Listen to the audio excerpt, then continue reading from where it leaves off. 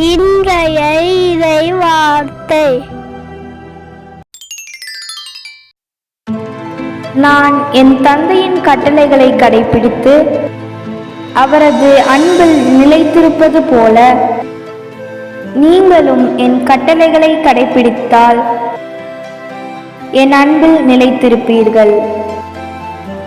தூய யோவான் எழுதிய பரிசுத்த நற்செய்தி 15வது அதிகாரம் 10வது இறை திருவசனம்.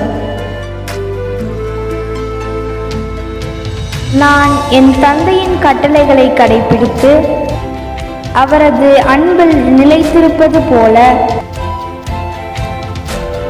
நீங்களும் என் கட்டளைகளை கடைபிடித்தால் என் அன்பில் நிலைத்திருப்பீர்கள்.